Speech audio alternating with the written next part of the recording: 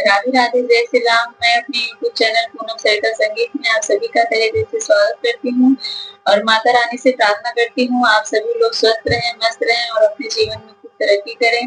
आज मैं आप लोगों के लिए बहुत सुंदर माता रानी का भजन लेके आई हूँ। आप लोग सुनिए, पसंद आए तो वीडियो को लाइक करिएगा। मेरे चैनल पे नए हैं तो मेरे चैनल को सब्सक्राइब करिए और मेरा गाना कैसा लगा कमेंट बॉक्स में जरूर बताइएगा। Thank you.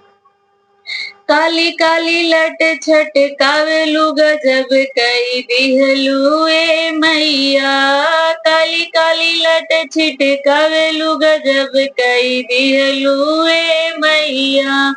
मैया दुआरे के अंधा पुकारे, अंधा के नैन दे दिहलू गजब कई दिहलू ए मैया।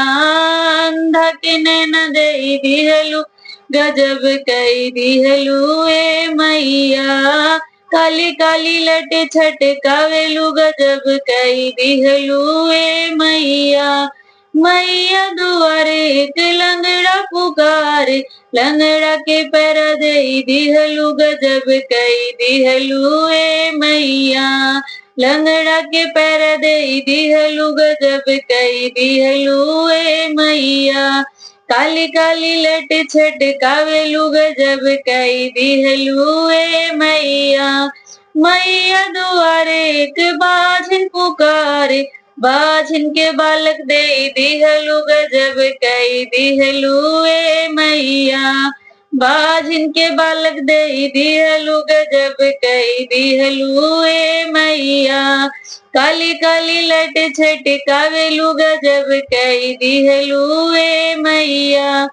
मैया दुआरे एक बालक पुकारे, बालक विद्या दे दिहलू गजब कई दिहलू ए मैया। बालक विद्या दे दिहलू गजब कई दिहलू ए मैया। काली काली लट छिटकावेलू गजब कई दिहलू ए मैया।